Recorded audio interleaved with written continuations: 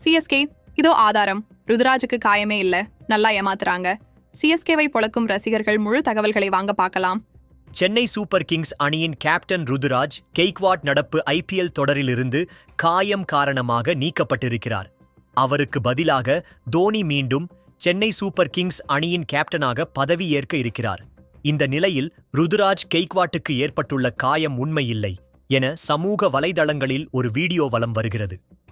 அதை ஆதாரமாக காட்டி ரசிகர்கள் சென்னை சூப்பர் கிங்ஸ் அணி நிர்வாகத்தை விமர்சனம் செய்து வருகிறார்கள். வேண்டுமென்றே ருதுராஜ் கெய்க்வாட்டுக்கு காயம் ஏற்பட்டதாக கூறி அவரை நீக்கிவிட்டு தோனியை கேப்டனாக்க வேண்டி சென்னை சூப்பர் கிங்ஸ் அணி நிர்வாகம் இதுபோல செய்துள்ளது என அவர்கள் விமர்சித்து வருகிறார்கள். அந்த வீடியோவில் என்ன இருக்கிறது என்று பார்க்கலாம். ருதுராஜுக்கு முழங்கையில் காயம் ஏற்பட்டதாக கூறப்படுகிறது. அதுவும் ராஜஸ்தான் ராயல்ஸ் அணிக்கு எதிரான போட்டியின் போது காயம் ஏற்பட்டதாக சொல்லப்படுகிறது. அதன் பிறகு 2 போட்டிகளில் அவர் விளையாடினார்.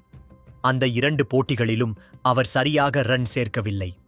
அவருக்கு தற்போது முழங்கையில் எலும்பு முறிவு ஏற்பட்டிருப்பதால் அணியிலிருந்து நீக்கப்பட்டதாக பயிற்சியாளர் ஸ்டீபன் பிளம்மிங் தெரிவித்தார். அப்படி முழங்கையில் எலும்பு முறிவு இருக்கும்போது அவர் இன்று சென்னை சேப்பாக்கத்தில் சக வீரர்களுடன் கால்பந்து விளையாடினார். கையில் தானே காயம் ஏற்பட்டிருக்கிறது, கால்பந்து விளையாடினால் என்ன என்று நினைத்த நிலையில் ருதுராஜ் கெய்க்வாட் அந்த கால்பந்தை எடுத்து 2 கைகளிலும் மாற்றி சுழற்றினார். முழங்கையை ருதுராஜ் கெய்க்வாட் மிக எளிதாக வளைத்து நீட்டி அனைத்து வேலைகளையும் செய்தார். முழங்கையில் காயம் ஏற்பட்டிருந்தாலும் விரிசல் ஏற்பட்டிருந்தாலோ அவர் இந்த அளவுக்கு எவ்வித கவனமும் இன்றி கைகளை அசைப்பாரா, பந்தை எடுத்து கையில் சுழற்றுவாரா என்ற கேள்வி எழுந்துள்ளது.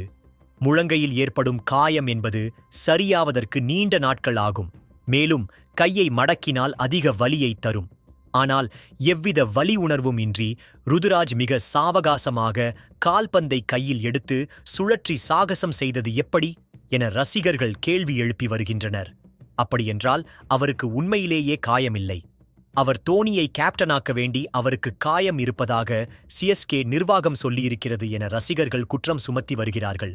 நேரலை ஒளிபரப்பின் போது இந்த வீடியோ காட்சி ஒளிபரப்பானது.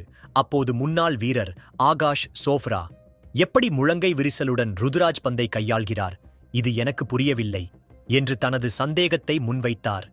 எனினும் ருதுராஜ் கெய்க்வாட்டின் முழங்கை காயம் எத்தகையது, அவரால் பேட்டிங் செய்ய முடியாது எனும் நிலையில் மற்ற வேலைகளை செய்ய முடியுமா என்பது குறித்து தெளிவான மருத்துவ விளக்கம் ஏதுமில்லை.